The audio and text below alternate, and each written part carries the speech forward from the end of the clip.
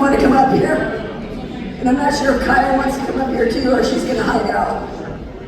Okay. All right, so we've got Grant Gunn here as well, and he's one of our artisans here, local craftsman in woodworking, and he's also a veteran. So thank you for your service.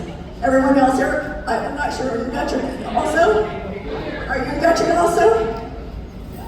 Yes. Okay, so again, oh, and Steve, thank you for your service. Steve Hylas. Thank you very much for being here. And he's a big supporter, I'm telling you. Jeannie, thank you again for always keeping us fed and watered. My crew over there, Catherine, everybody, Taylor, everybody. Jill, you know what, actually Jill needs to be up here too because she's our stunt driver. Let me tell you, do you know who was driving that truck and trailer around? Jill. There was a couple others, but Jill. Look at her in a pretty dress. Can you imagine her driving that truck and trailer? Any wrong move, it was a goner.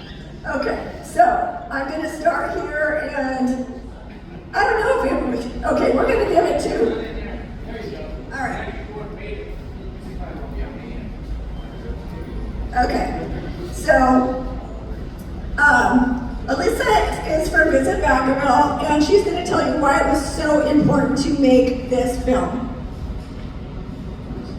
Yeah, so we are focusing on accessibility tourism as one of our many pillars that we're going after at Visit Vacaville. And when we heard about this film, we knew that we wanted to be able to have a screening that was accessible for all in downtown Vacaville. So it was a pleasure to work with your team, Tony, and make this come to life. And as you noticed this evening, we had an American Sign Language interpreter as well. And we did during the Wild West Film Festival in October when we teased the film. So yeah, we hope to bring more screenings like this to the theater in the future with you. So thank you so much.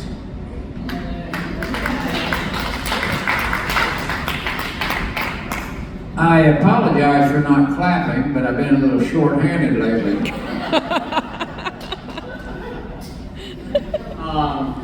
Well, good. You guys seem to have enjoyed the film, which I'm really happy about. If anybody, I don't know, Tony, where's this QR code that people can?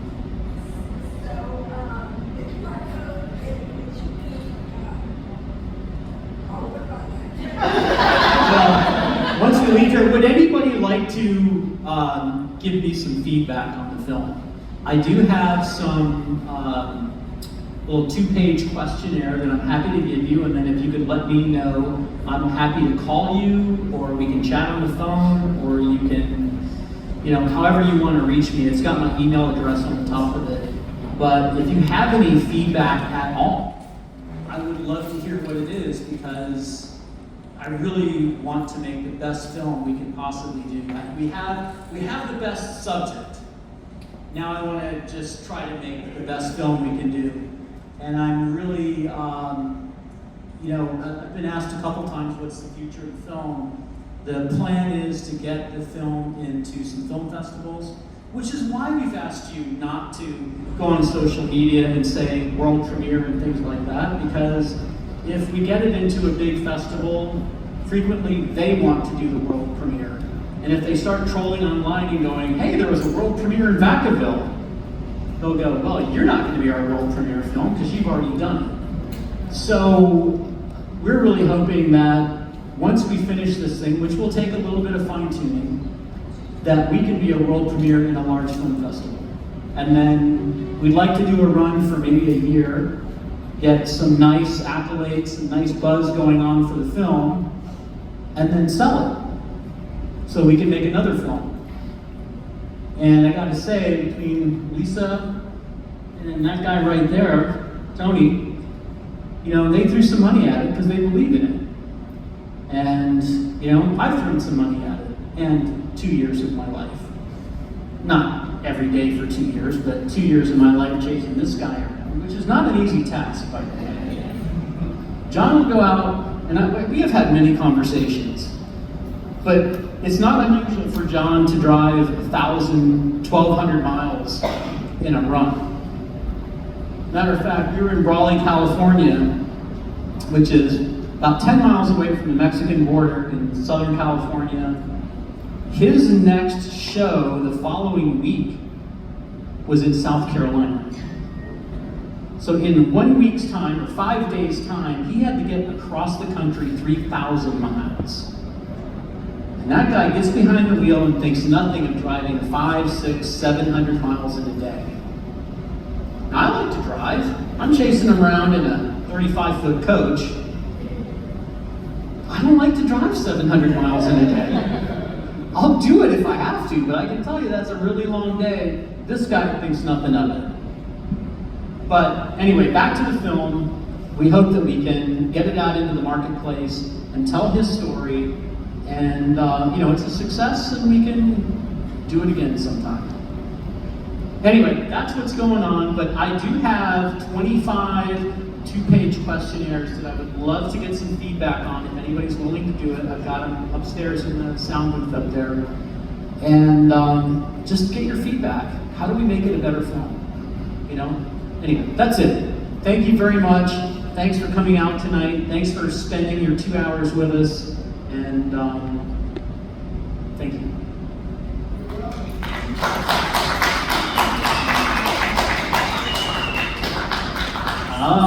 Yes. Right here. Mr. Payne. Hey, John. So I was, Tony approached me. Yeah, so Tony approached me about making some sort of a trophy. And so after thinking about it for a while, I made this trophy here. This is some eucalyptus here. That is, it's a little burnt. And I think that even though it's a little bit charred and burned, it looks beautiful. So I think that this is a wonderful tribute to you. And I want you to have this. I appreciate that. Yeah, shove that up there where everybody can see it. That's really pretty. Wild West Film Festival. Legendary Lifetime Achievement Award, John Payne, One Armed Bandit. Thank you very much.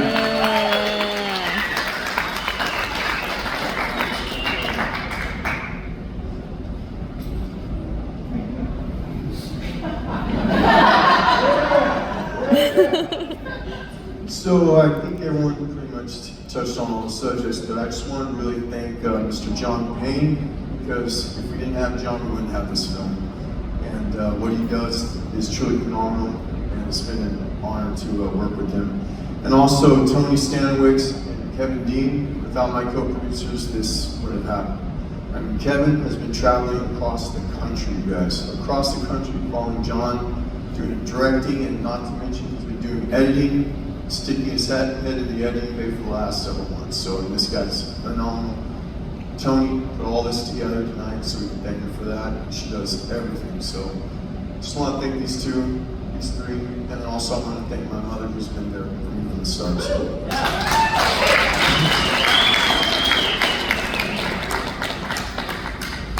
I just want to add one little thing, and it's really to thank John and his family, because when you show up with a film crew, it's a little bit invasive. And these guys, his family, I mean, you saw a lot of the family in the film, but to essentially go and live with somebody while you're running cameras is it's very intimate. And initially, you start off, I've got many years in reality TV and things like this when it first came along. And when you show up with a crew and you step into somebody's house or you start filming, sometimes you get to see things that the public doesn't get to see, because people eventually start to open up and they get comfortable with the cameras. And I just wanted to thank John, because he has opened that door to be with him on the ranch, to be with him on the road, to meet his family, to meet all his brothers. And Joe, who you saw in the film, John, I hope I'm not speaking out of turn, but Joe passed away last week. And it's not like Joe and I got to hang out, got to meet him that one day. He's a cool guy. And, you know, when I heard that John's brother had passed away, it was kind of like a knife in the heart, because I'm thinking, this guy's in the film. I've been looking at him for the last 3 months. And I don't know, it's just pretty wild when you get to be that close in someone's family and get to know them in that way. And I just wanted to say thank you, John, for letting us in, for letting us tell your story, and for being the great guy that you are. So thanks very much.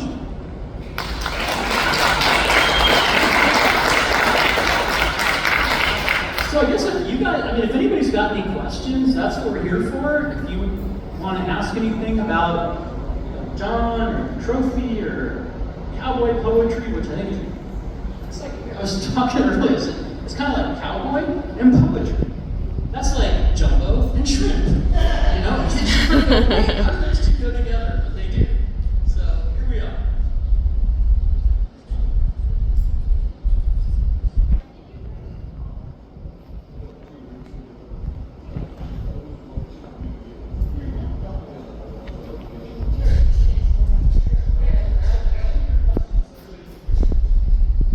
I only have one skill, and it's just basically rhyming words.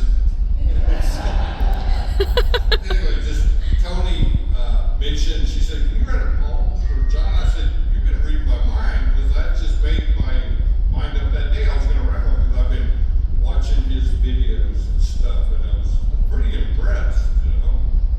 So, because, you know, I have horses and stuff. I'm going to try to let these turns.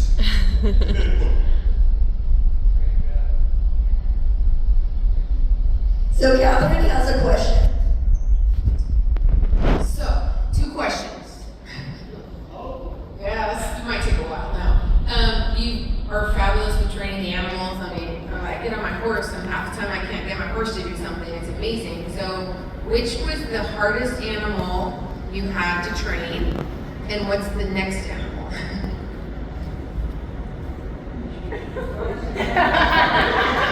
What shirt are you wearing? John, are you just worried about what color shirt you're going to wear? Well, you asked for it. The double-breasted skillet scratcher. Oh no, I've trained buffaloes. Them son of a guns they try to kill you all the time. And one of the pictures that Kevin put on there showed my leg where I got gored by a buffalo during the rodeo performance. And I could feel the blood running down my leg, and I was just thinking I was going to have a lot of blood because I was going to finish the show.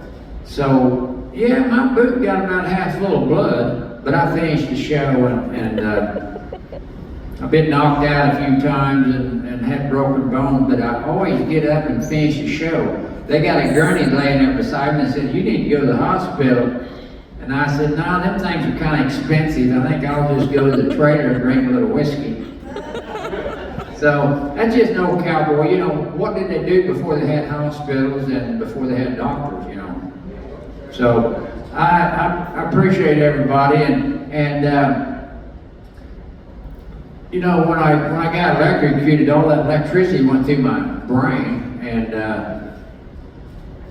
that's why I'm kind of crazy. I think it might have fried my brain.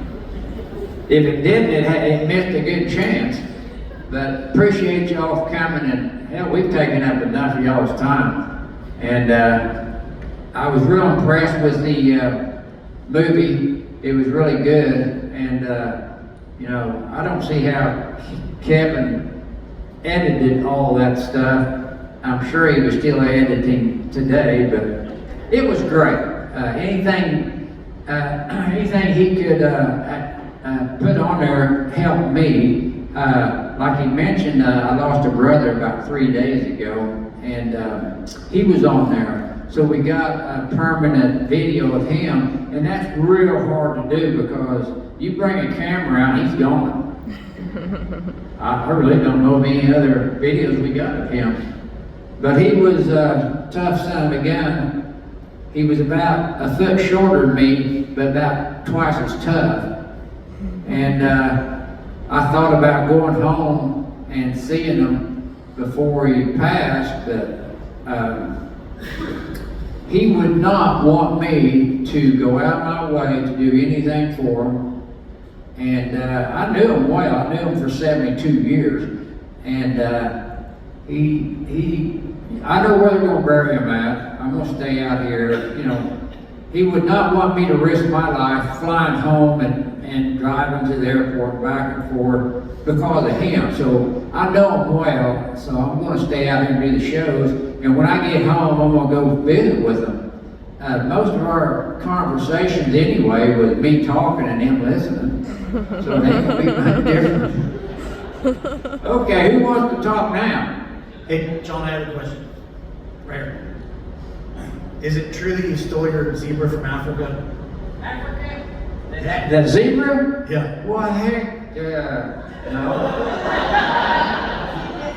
You know, he come from Washington State. I bought 6 of them, and he's the only one that wanted to be a star. But he's kind of a mean little shit. But he can't hold a candle to them buffalo. Them buffalo are the meanest critters in North America, and they're trying to kill you all the time, where a zebra is trying to run away from you. Big difference. So, but I brought some big steers this time, and they're pretty tough to train too. But I never give up. I've got steers and buffaloes that has died from old age before they got trained. I finally taught them how to die, and that's about it. Okay, last but not least, we have a presentation of a belt buckle from the Wild West Film Festival, where we're going to also be playing John's film again in October. So if you didn't get enough this time around, come to the Wild West Film Festival on the 11th and 12th of October 2025. So where did it go? Oh, there you go. Okay. The bond is showing. So John, I'd like to present you this official belt buckle of the Wild West Film Festival. And thank you for your service.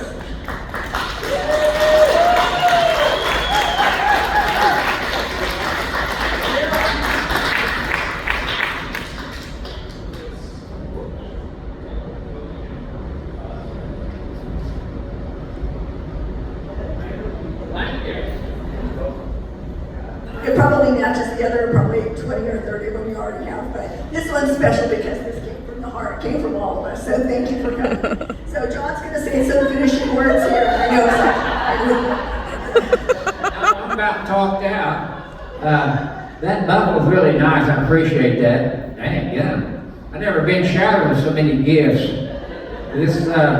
This deal right here is really nice too.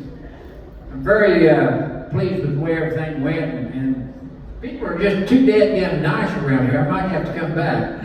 Appreciate y'all. Who knows this dead damn nice?